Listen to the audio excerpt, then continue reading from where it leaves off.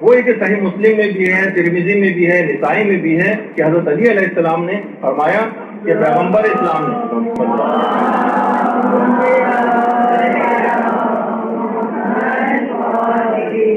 کہ کسی بھی تصویر کو نیست و نابود کیے بغیر مت چھوڑو اور کسی قبر کی بلندی کو مساوی و برابر کیے بغیر مت چھوڑو.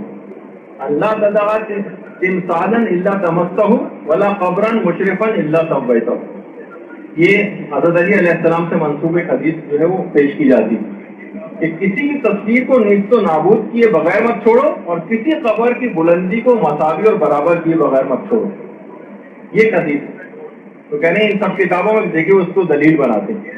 اچھا، اب سب سے پہلی بات تو یہ کہ کسی بھی حدیث پر اس طرح تو عمل نہیں ہو سکتا جب تک کہ اس کی تحقیق نہ کی جائے. تو باقاعدہ علماء اہل سنت کی جو کتاب ہے تہذیب التہذیب، جو علم رجال کی کتاب ہے جس میں راویوں کو ڈسکس کیا جائے، اس روایت سے جتنے بھی راوی ہیں، ابن الحیات سے جو روایت ہے اس میں راویوں کا ایک اور سلسلہ بھی ہے، وہ تمام کے تمام نہ صرف یہ کہ ضعیف ہیں بلکہ ان میں سے بعض راوی ناصبی بھی دشمن اہل ہیں. باقاعدہ کتاب تہذیب التہذیب کے اندر ان تمام راویوں کو بھی تذکرہ. سب سے پہلے تو روایت کا ہی ایک ذوق آ گیا. اچھا، اب اتنا وقت نہیں ہے آج کہ ان راویوں کی بھی وضع اور کہ اس میں کیا ان کے متعلق رائے بیان کی گئی وہ بھی اگر بیان کرتا کہ کیا ان کے متعلق نظریہ تو آپ دیکھتے، لیکن اتنا وقت نہیں، جسے چاہیے وہ بعد میں لے سکتا ہے. اچھا، الفاظ حدیث بھی وہ نہیں ہے جو ان کے مطلب کے لیے سازگار، ورنہ کیا وجہ ہے کہ وہ اس کے پہلے جملے پر عمل نہیں کرتے کہ کسی تصویر کو نیست و نابود کیے بغیر مت چھوڑو. تو پھر کتنی تصاویر جو وہاں پر ہمیں لگی نظر آتی ہیں ان کی کرنسی نوٹوں پر بادشاہوں کی تصاویر ہیں، اس کو نیست و نابود کیوں نہیں کیا جاتا. اچھا، پھر دوسرا ٹکڑا یہ کسی قبر کی بلندی کو مساوی کیے بغیر مت چھوڑو، یعنی ایک لیول میں قبریں ہونی چاہیے. جس طریقے سے اونٹ کے کوہان کی طرح سے جو ایک ابھرا ہوا ایک حصہ ہوتا ہے، جیسے اونٹ کا ایک فلیٹ حصہ ہے، پھر درمیان سے اس کے کوہان آ گیا، پھر وہ نیچے کی طرف اس میں نشیب کی طرف چلا گیا. تو نشیب و فراز اونٹ کے کوہان کی طرح سے قبروں پر نہیں ہونا چاہیے، یعنی چاہے وہ اونچی ہو قبر مگر کوہان کی طرح سے نہیں ہونی چاہیے، یعنی ایک لیول میں ہو، مسطح ہو.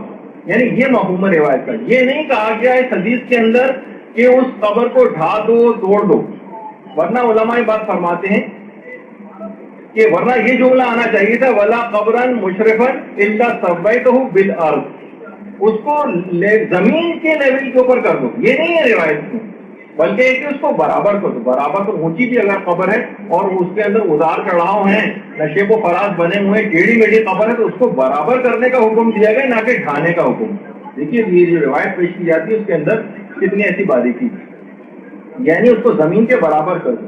یعنی اگر یہ حدیث واقعی اتنی ہی ان کے مطلب کے لیے سازگار تھی اور اتنی واضح اس کا مطلب تھا کہ جو کہ انہوں نے سمجھا، تو پھر کیا وجہ ہے کہ آج تک کسی فقیہ اسلام نے کبھی اس کا فتویٰ نہیں دیا. دیکھیے لغت میں بھی اور ڈکشنری میں بھی سویتہ کے معنی ٹیڑھی میڑھی چیز کو سیدھا کرنے کے اور برابر کرنے کے، خواہ اونچی کیوں نہ ہو. یعنی کہ عثمانوں میں یعنی کہ اونٹ کے کوہان کی طرح سے قبر نہیں ہونی چاہیے. یہ تو چلے پھر بھی برابر ہے کہ اس میں نشیب و فراز اوپر سے ٹیڑھی میڑھی ٹائپ کی قبر نہ ہو، یعنی چاہے یعنی اس کے بعض حصے نیچے ہوں، بعض حصے اوپر ہوں، اس طرح سے قبر نہ ہو، بلکہ ایکول اور برابر کرنا، مسطح کرنے کا حکم ہے، نہ کہ قبروں کو ڈھانے کا.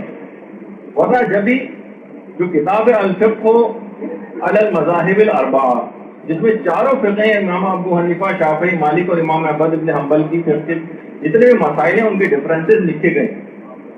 یہی وجہ ہے کہ اسی کتاب کے نام پر ہمارے عالم شیخ محمد جواد مغنیہ انہوں نے کتاب لکھی تھی الفقہ علی المذاہب الخمسہ، یعنی پانچوں فقہ، اس میں چاروں فقہوں کے ساتھ فقہ شیعہ کو بھی انہوں نے ایڈ کیا اور یہ کہا کہ ہمارا کوئی نہ کوئی مسئلہ آپ کی کسی نہ کسی فقہ کے اندر پایا جاتا ہے. اور ان تمام کا متفقہ جو چیز جو فتویٰ جو ہے وہ لکھا ہوا ہے کہ وَيُنْدَبُ ارْتِفَاعُ التُّرَابِ فَوْقَ الْأَرْضِ بِقَدْرِ شِبْرٍ، مستحب ہے کہ قبر کی خاک سطح زمین سے ایک بالش اونچی. اگر بالکل زمین کے لیول کے اوپر، جیسے کہ حدیث کا ان لوگوں نے مفہوم سمجھا، اس کا مطلب ہے قبر کو ذرا سا بھی اونچا نہیں ہونا چاہیے.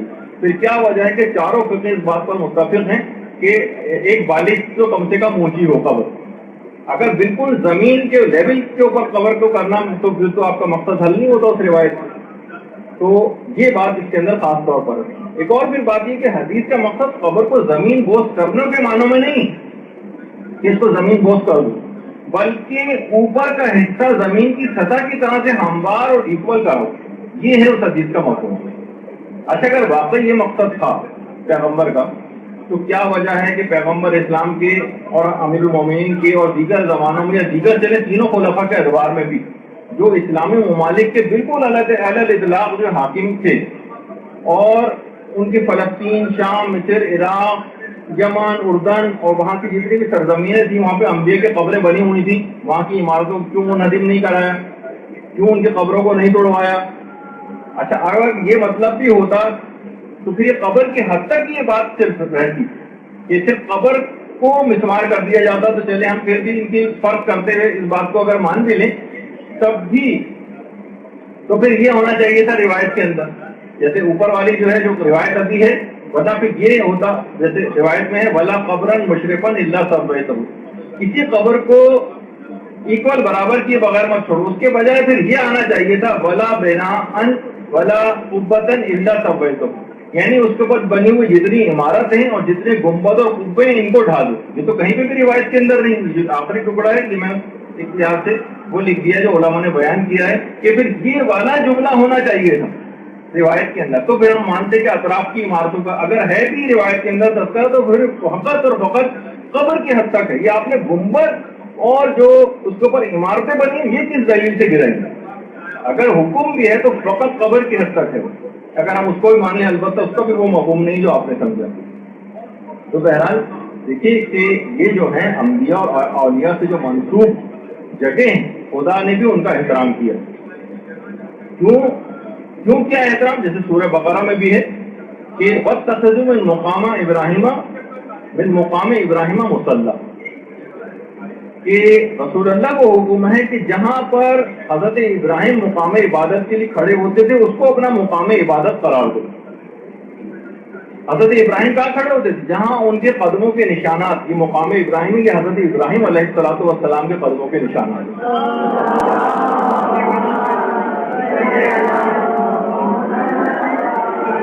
لوگوں کو حکم ہوا کہ جہاں پر ابراہیم کے قدموں کے نشانات ہیں اس کو اپنی نماز کی جگہ بناؤ. یہ ان سے منسوب جگہ ہو گئی، قابل احترام ہو گئی. تو اس کے اوپر اب مقام ابراہیم میں وہ جو پتھر ہے جس کے اوپر حضرت ابراہیم کے قدموں کے نشان ہے اس پر یہ شوکیس بھی بنا دیا گیا سنہرے رنگ کا جو خانہ کعبہ کے بالکل سامنے ہے، اور ہر عمرہ اور حج کرنے والا اس مقام ابراہیم کے پیچھے ہی جو ہے وہ نماز پڑھتا اور اس کو اپنا مقام عبادت قرار دیتا ہے. اگر مقام عبادت حضرت ابراہیم کی وجہ سے عزت و احترام کی جگہ بن جاتا ہے تو کیا وہ وجہ ہے کہ اسلام جن ہستیوں کی وجہ سے آج قائم ہے، دائم ہے، ان کے مدفن اور ان کے قبور کے احترام جو وہ نہیں ہو سکتے؟ آج کی کیا دلیل ہے آپ کے پاس؟